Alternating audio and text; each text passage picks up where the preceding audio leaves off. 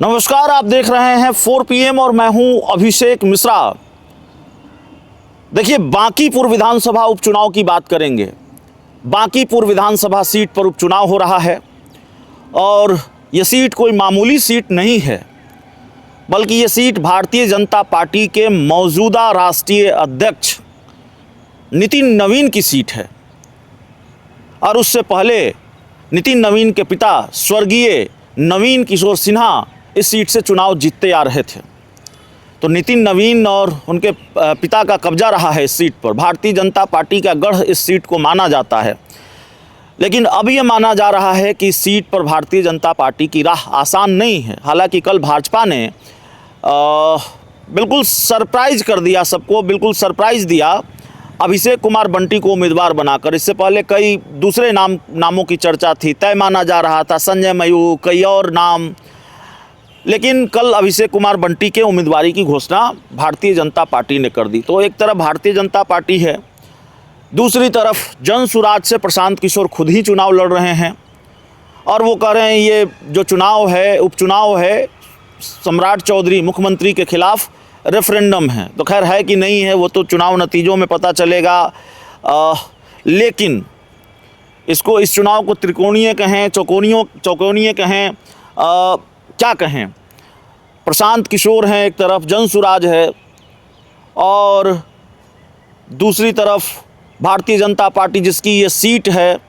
भाजपा के सामने ये चुनौती है कि वो अपना गढ़ बचाए, और सबसे ज़्यादा मुश्किल भाजपा के सामने ही है। भारतीय जनता पार्टी की साख सबसे ज़्यादा दांव पर लगी हुई है। इसलिए दांव पर लगी हुई है क्योंकि बीजेपी को गढ़ बचाना है, बाकी किसी के पास खोने के लिए कुछ भी नहीं है।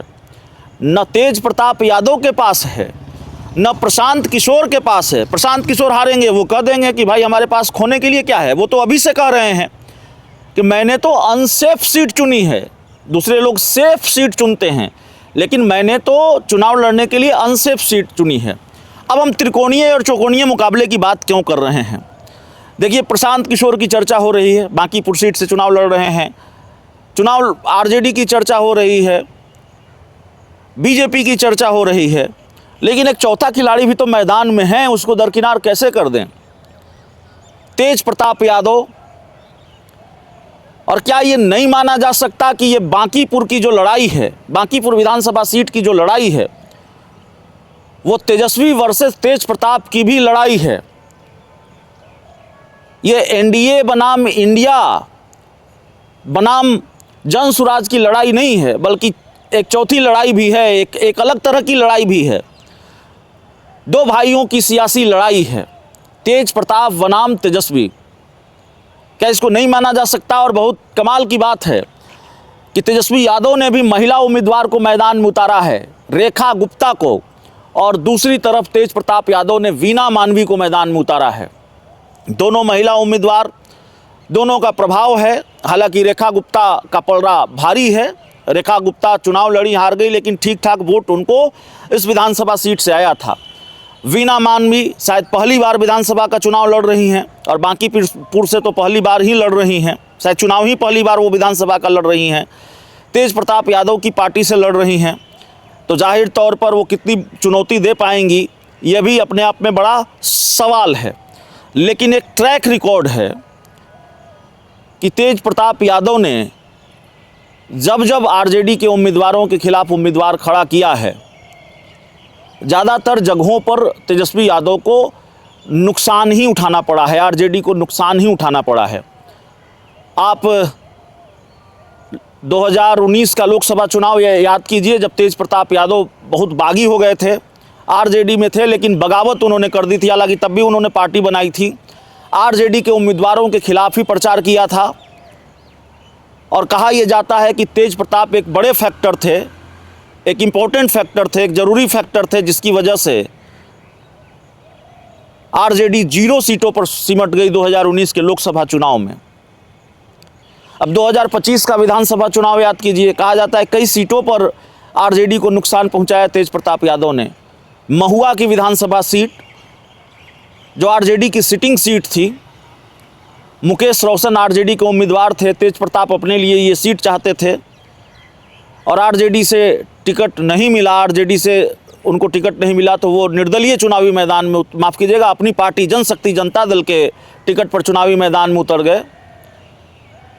न खुद जीते न आरजेडी जीत पाई और यहाँ काम आसान हो गया लोक जनशक्ति पार्टी रामविलास का। यहाँ से संजय सिंह चुनाव जीत गए और बिहार सरकार में फ़िलहाल वो मंत्री हैं। तो जाहिर तौर पर तेज प्रताप चुनाव जीते न जीतें, लेकिन एक फैक्टर ज़रूर हैं, वो नुकसान पहुंचाएंगे आरजेडी को, तेजस्वी यादव को। और इस वक्त इंडिया गठबंधन में तेजस्वी यादव के साथ आईपी गुप्ता मजबूती से खड़े दिखाई देते हैं। कल ही उन्होंने ऐलान भी किया है, लेकिन कांग्रेस कितनी मजबूती से आरजेडी के साथ खड़ी है। कांग्रेस के अंदर इस बात की नाराज़गी है कि तेजस्वी यादव ने मनमाने तरीके से फैसला लिया है, आरजेडी ने मनमाने तरीके से फैसला लिया है उम्मीदवार उतारने का। इंडिया गठबंधन में शामिल दलों की राय नहीं ली गई। और कांग्रेस के इस दावे में दम इसलिए भी है क्योंकि जब अब्दुल बारी सिद्दीकी और मंगनी लाल मंडल जो आरजेडी के प्रदेश अध्यक्ष हैं, आरजेडी के उम्मीदवार की घोषणा कर रहे थे, रेखा गुप्ता के नाम की घोषणा हो रही थी, तब इंडिया गठबंधन का कोई नेता मौजूद नहीं था। तो सवाल है कि रेखा गुप्ता इंडिया गठबंधन के उम्मीदवार हैं कि आरजेडी के उम्मीदवार हैं। तो बहरहाल बहुत कई दिलचस्प लड़ाइयाँ आपको देखने को मिलेंगी।